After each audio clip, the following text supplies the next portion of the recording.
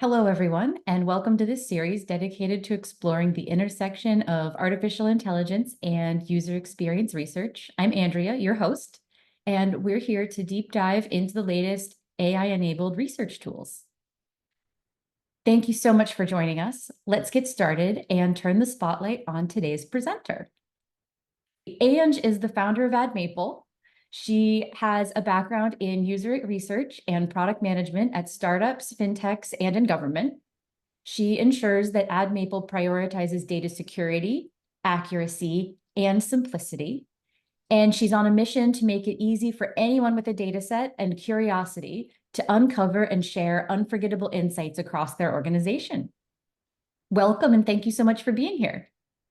Wow, thank you for having me. Why don't we start things off with your elevator pitch? What can AddMaple do for UX researchers? So, AddMaple is this slice in your workflow that serves to help you understand your data. More than anything, we want to give people the tools to understand and explore, because the more we use the data that we invest so much money in storing and in collecting, the more we use that data, the more we learn and the more we innovate and the more we find insights. And once you've got your data, AddMaple sits in place, whether it's product data, whether it's survey data, we detect the column types and summarize it for you so that you could dive in and analyze that data that you've got visually. Perfect. And so it's data exploration, specifically structured data. So survey data is what I have found it super great for, but anything where it's coming in a structured way is a great place to start exploring it visually in AddMaple. That's right. I know we're here because their AI is incorporated into AddMaple. Tell us, how does your product use AI to enhance the data exploration? So we'd already built that foundational piece where we did the calculations and the heavy lifting, the summarization, the cleaning of your data, detecting types. So we'd already gone and developed that part. And then when AI came along, we wanted to slot it into the product in a way that gives you enhancements, but doesn't take away from the accuracy and the predictability of what you need from a data analysis tool. So it does three things: AI coding of text data, AI interpretation, and AI summarization of large bodies of text. Right. And I've found that the workflow, I'm excited to have people see that workflow, because when you are doing the open coding of and the thematic coding, that process is very natural, I found for me. So it made sense as a UX researcher. Let's see. One question I like to ask folks about their products is, what is AddMaple's superpower? But our understanding is that we empower. So we empower people to work alone and to work together and feel empowered, because you don't need code, you don't need formula. All you need is that data set, AddMaple, which runs locally, and you need curiosity. And because we give you insights first, not insights last, hopefully that curiosity is fueled so that you explore more and more and more.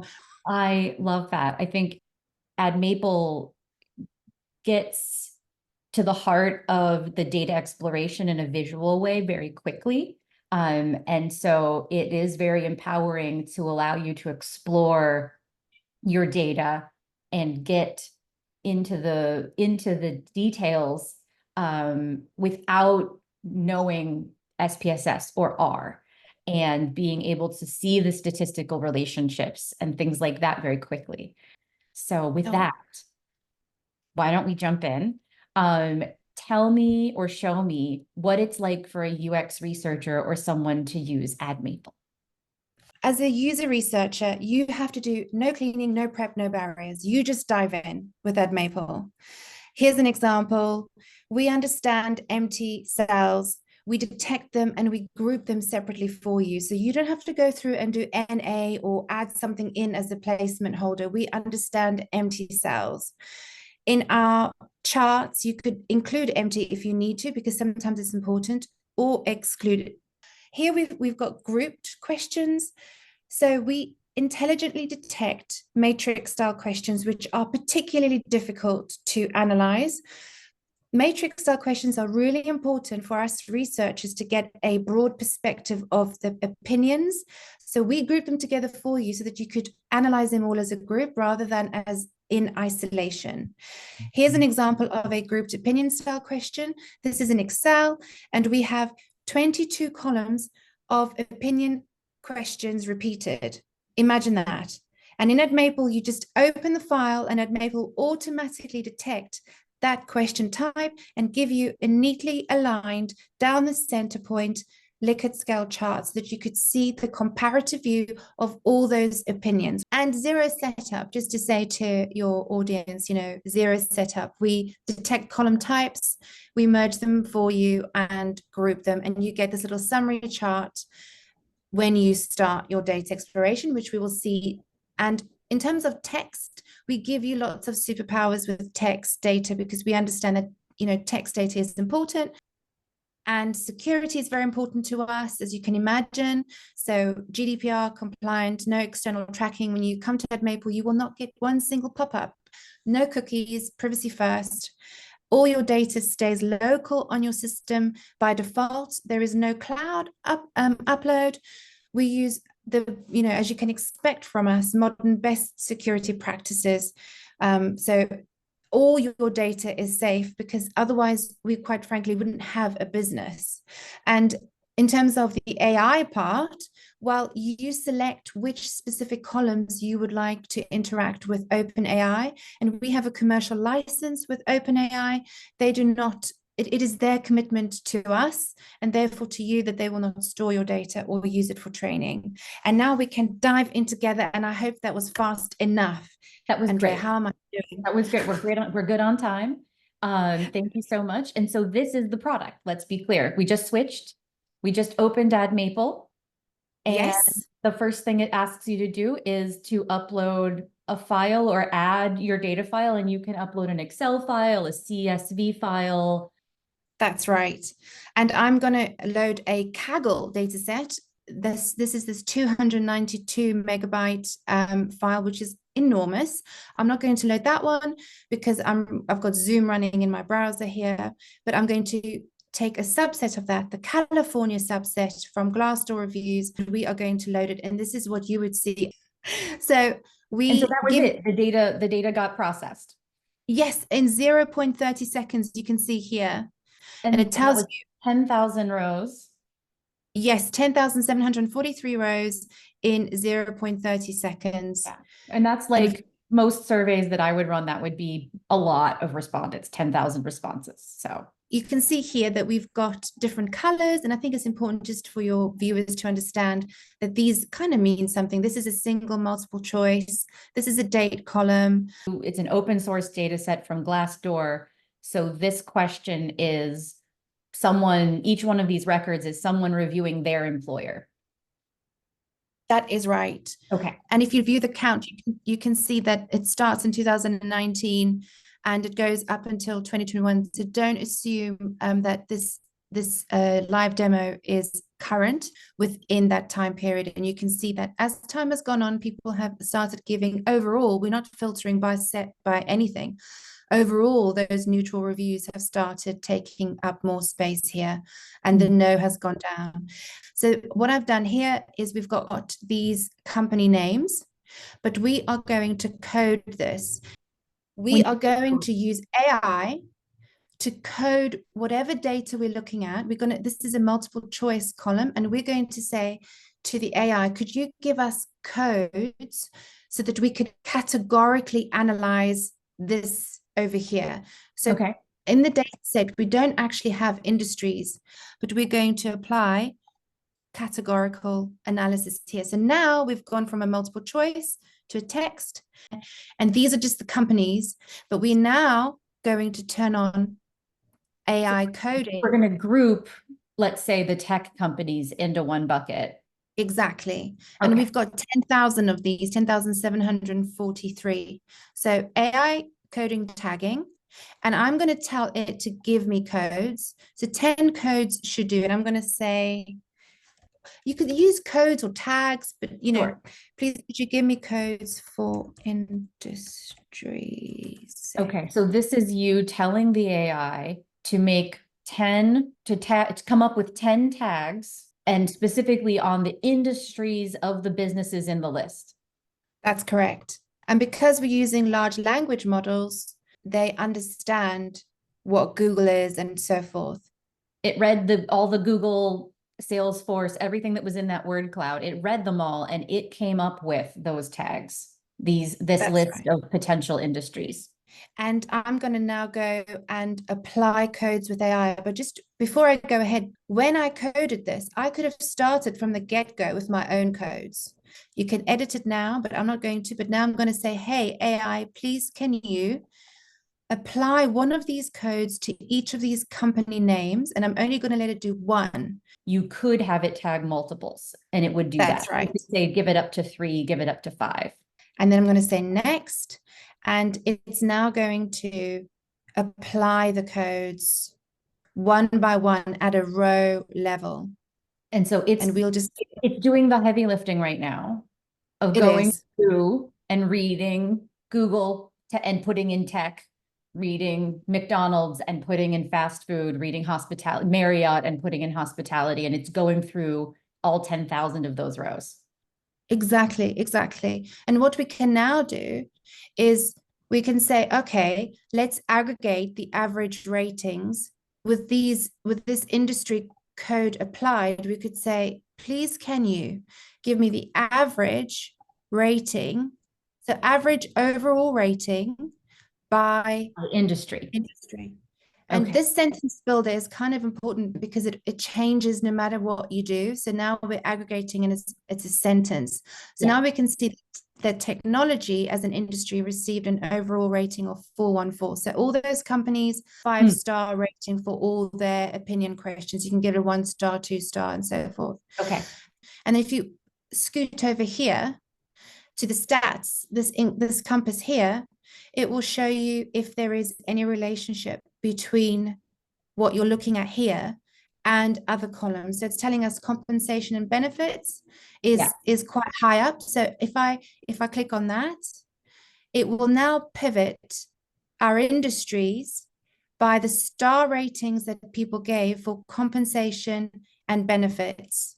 Let's pause for one moment. I want to back up. What is in investment versus technology? Can we see the tagging under the hood to make sure we believe it? And if we go to view text records, just click on any of these and it will apply. So it this knew as that a AON filter. was a consulting firm, that Bain and Company is a consulting firm. Exactly. So we can see that it has, I've now gone and I've selected all the tags that we have by clicking on one of these. Just fast food, for example. Let's make sure McDonald's is in fast food.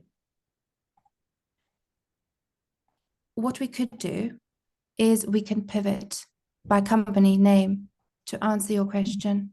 That will be easier, I think. Industry, add a pivot by company. And there you see how it has applied it. So it's shorter. It's showing which companies are in each of the industry buckets. Let's look at just the top 5 companies. There's a lot of long tail in this data set that I can see. Exactly. And now I'm going to do what you just said. So let's get rid of the long tail. So I'll bin this, open company, and we can see the long tail, right? Because you've got a very long tail. So let's just include companies where we have more than 300 records. So I'm going to add a filter where company has more than 300 records. And now we're looking at the top here. There we go. Look at what the ratings are for those major companies. And then let's add a pivot. So let's add a pivot with overall rating. And now we see this view. And what is happening here is we have aligned these on the neutral point, the midpoint, so that you see the extremes in the distribution of all your responses to get an overview of everything together. So I love that you get that visualization and that midpoint balance. And if I, for example, wanted to count a 3, not as neutral, but as positive, if I wanted to, can I do that? You can just drag it like that. Or if I You could wanted to move it exclude them, I can click the little eyeball. exactly. You can exclude it that way. And then you can, and in fact, you could say, let's just look at the extremes. What if I wanted to look at the counts versus the percentages? Or look at them. Okay, so this is like stacking like a Yes. stacked bar graph. So you could view it stacked, you could view it in a table. And by the way, you can just copy this or just download just this over here. I like this chart. I want to, ship it. I want to send it out. What do I do? Okay, so you could add this to your report and it will file it away for you to come back. So while you're exploring, you can just go, hey, add this to my report, and then later you can go and add your text, or I can share this and it will give you a URL. And this is what you would see when you share this with your colleagues. They would see this. Your colleagues would be able to view this as a table and as a chart, left align. If I just wanted the static image, I can always take a screenshot or do a screen capture.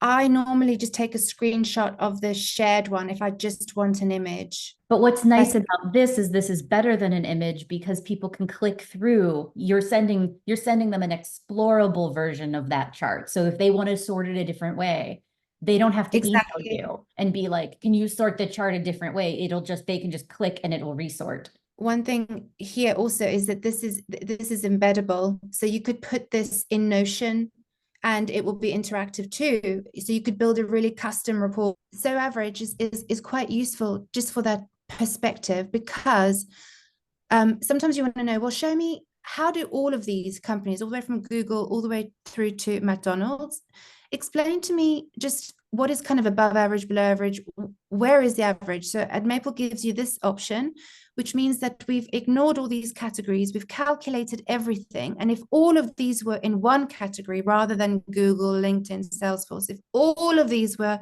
in one group together, this is how the distribution of responses would look like. It's very easy to now go and do the next one in that series question, which Mm-hmm. happened to be work-life balance.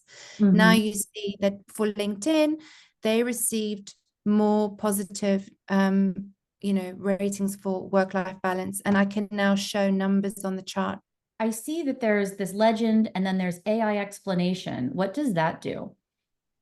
Oh, cool. Let's do that. It is going to, but it's going to give me an explanation in natural language. LinkedIn and Google employees share the highest satisfaction with work-life balance, with a striking majority, 62.1 and 53.1, respectively, giving it top ratings. So So it it gives just you, gave me my talking points. yeah, but because we give it numbers behind all of this, you're not just throwing this into ChatGPT or another LLM yourself. We are guiding it with actual numbers and calculations. I see. So the numbers, it can't hallucinate. Those are real numbers, stats numbers coming from the real math. Exactly. Even when one category has fewer records than others, but then you can go to your stats tab and say, okay, well, show me further insights. The first insight section that you receive here is with between these two columns, because so we are looking at work-life balance by company. But so this explains the calculations for those two. But at the bottom, we look at this here and say, what is significant in the category at category level within Yes. this one column. So which So of the companies are statistically significant and how strong is that relationship? ex exactly, with numbers. So we've got Kramer's V and we've got our p-value here. And you Yes, have your p-values, you have your like real stats that you didn't have to go into R or SPSS to get. exactly. And if you want to know the calculations that were performed, you can get those here. The AI stats exploration thing can be used in a very exploratory way. And I want to see that. I want to show everyone that. When you just look at this opinion scale question, overall rating in stars, the AI engine is saying that it is highly correlated, strong. There is a strong connection with culture and values. Senior management follows, career opportunities next, and these are ordered. So what it's telling us is the opinions that people had about overall rating, how they responded with overall rating was correlated and Mm. linked strongly with culture and values. On the right here, we've got culture and values, and on the left, we've got overall rating, where overall rating was the one. 77.6% also gave it a 1 for culture and values, and the inverse is true. This one, I think we understand it, but it's a little tricky. What does the AI explanation tell us? So here are the significant insights from the Glassdoor Review's California dataset. High ratings, a substantial majority of ratings, 80.8 for culture and values, at an overall rating of 5 are concentrated in the highest category. This indicates a very strong sentiment among users who gave an overall rating of high. So it gives you So sort of a way to, if you are like, wait, how did I get here? I think I see what I'm seeing, but let me double check it.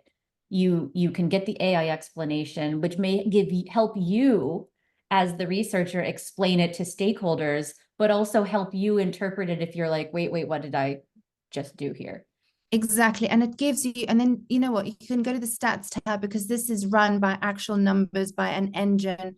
And Mhm. you know, you want to make that point to stakeholders, you can just go to the stats tab and it will give you those numbers. And then someone else is saying, is it safe to say that you'd still have to look at the relationship overview notes, real AI numbers, to make certain that the AI has explained its significance in a meaningful way that is uh, actually related to your research?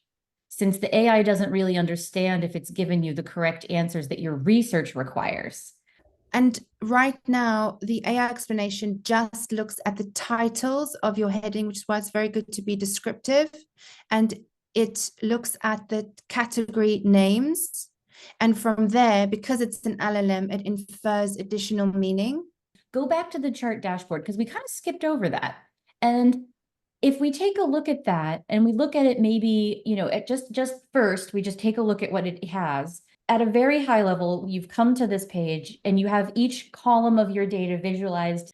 But at the high level, one of the things that I loved was that I can do a split on something like gender here and see Mhm. across all of the questions if there's any patterns that emerge. In the Kaggle dataset, we didn't find a gender, but if you looked at, do you recommend this? Recommendation, perfect. Um, but if you now go to the dashboard, you will see it sliced, the whole dashboard sliced by what you just looked at, because we assume you can always bin it, but we assume that this was interesting to you. And that's why when you come back to the dashboard, we sliced it by statistical strength for you. What was the split between people who recommend the firm and don't recommend the firm? And let's say I don't want to see the neutrals. I want to make it cleaner and easier to view. So I can even remove that and make it really crisp and just Exactly. explore my data set visually very quickly and just look at that and see if anything jumps out at me. I love that because to get to this point with a data set is typically quite a lot of work. You're sorting these by relationship Statistical strength. strength. That's And right. so the By things that are the strongest relationships are filtering to the top. So it's even guiding you through that exploration. That's right. And where there are some that have a relationship and some that don't, we will show you those that have a relationship first, and then the next ones will be by data order. Let's do some thematic coding. So so we showed what you can do with categorical, but let's show the open coding because this is the other thing that I think is really cool here. So Um, we've got a review comment here, and this is where people could write free text on what they don't like. So you'll see some of these are very, very long, right? So you've got a lot of info here. So I'm going to go to AI coding, get codes with AI. This time, let's give it 15. This time, I'm going to say, please give me codes for themes mentioned, and hit So next. it is now reading all of the open-ended comments as verbose and detailed or as high level and useless as they may be, because it's survey data and you never know what you're going to get. And it has now read them all and said, these are the main categories, the top 15 categories. That is right. And now we're going to apply these with AI. And this time just like you asked earlier. This time we'll give it 5. Okay, so if you listed this, if you had a diatribe and you were like, and another thing, and another thing, it will give up to 5 tags. These are my filters. I've looked at everyone who rated their company a 3 for overall, and everyone who said work-life balance is a 1 star. So we're going to expect to see a lot of comments about culture and work-life balance in the open-ended.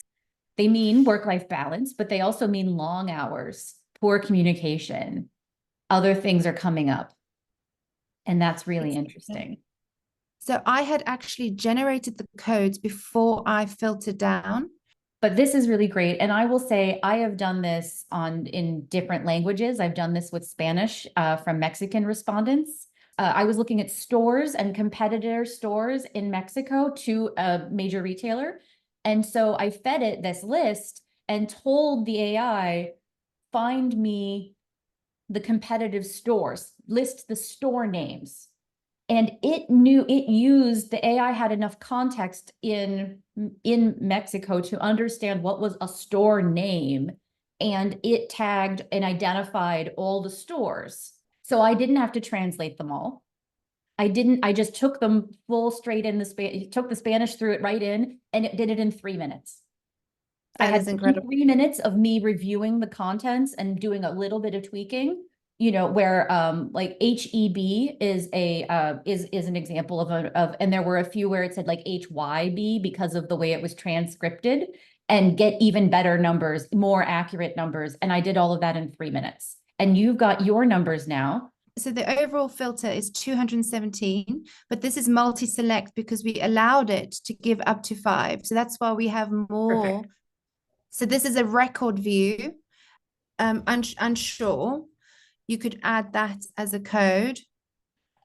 And when you go back to your detail view, you will see that it added it. So these two are married in a sense. I think we've given everyone a really good sense of what AddMaple is capable of. We've got the overviews. We can do open coding thematically. We can do open coding categorically and create merged categories and things like that.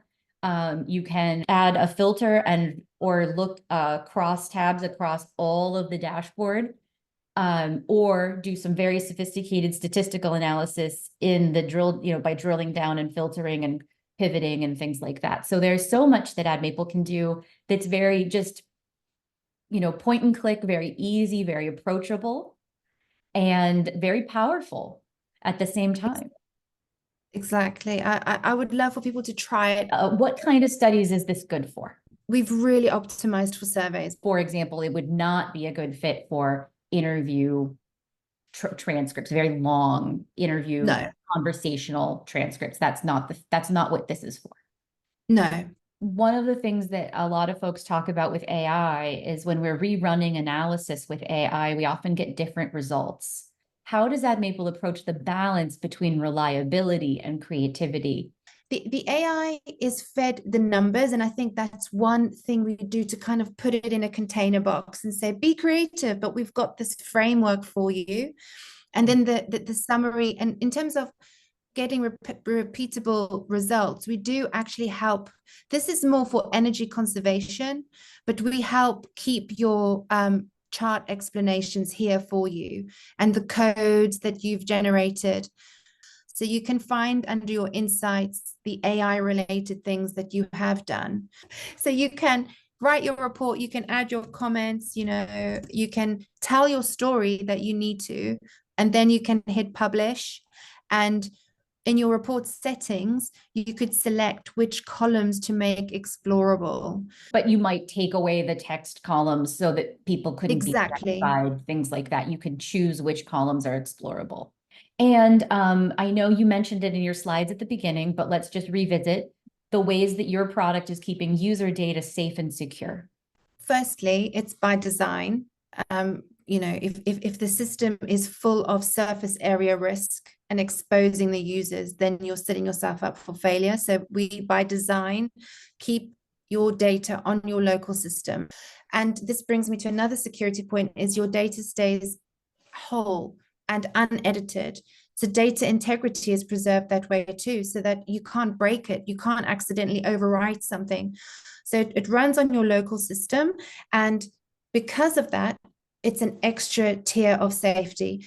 That, the vendor security audit or whatever it's called, is something that you have passed for some companies and is something you're capable of engaging with. That's right. And we are also, for those extra secure companies, we are building a standalone, and it is a way for you to have it running on your laptop or your computer, where it's not even connected to anything on the outside other than your infrastructure within your organization. So whatever your organization is connected to, it can connect to, including your organization's AI, because you might not want to use OpenAI. You Okay. might have your own. So there's some different configurability at that point too. Very cool. That's Yeah, something coming up. Is there that's anything else that we exciting. can expect to see in the future that you want to foreshadow or tease for us? We are building out, this is to support some of our teams who work with long form research, so interviews, Word documents, that kind of thing. We're building that out. And what should folks do if they want to use AddMaple for themselves or get it for their company? So you can go, we have some sample data that you can try. There are sample reports at the bottom of our website. At the bottom, you have, so there's some data here that you can interact with, and you can, and we also have a more interesting one, Stack Overflow. We have some data sets here for you to play with. And with that, I think we're going to wrap things up. Thank you so much for running long and giving us so much rich information and such good examples. Anything you want to add as we're wrapping up? We really care. This is going to sound cheesy, but we really do. We are made by researchers. We are super responsive, and we love when people just dive into data. And with that, thank you so much for being here. And I know you're at a conference, so thank you for taking time out of the conference to share this with us and for building this for us. I think it's a wonderful tool for researchers, and you've really empowered a lot of us to do the data exploration that we would like to be able to do. So with that, thank you very much.